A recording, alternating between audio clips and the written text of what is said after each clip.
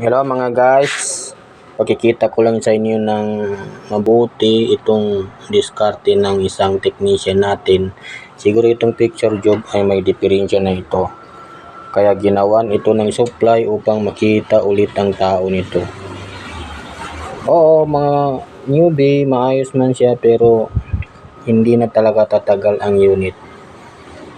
Pag abot ng mga 1 week ay hindi mo na ito maaninag ang tao. Kaya ang gagawin natin ay tatanggalin natin to, ibabalik natin sa standard. Pag hindi naman makikita kasi mahina ng picture tube itong ilaw niya, ay dapat na natin talaga papalitan.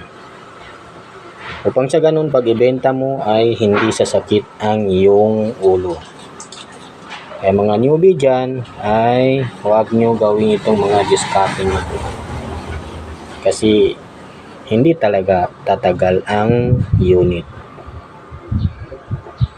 Kaya paalala mga guys, sa mga gustong gumawa nito ay sasakit talaga ang inyong ulo kasi magreklamo talaga ang inyong customer.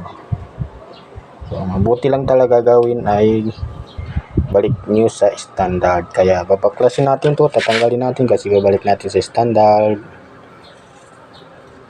At take note mga guys, wala naman technician na perfecto Ang bibidyo natin lang dito ay yung makuha natin ng aral na hindi dapat gawin. Salamat.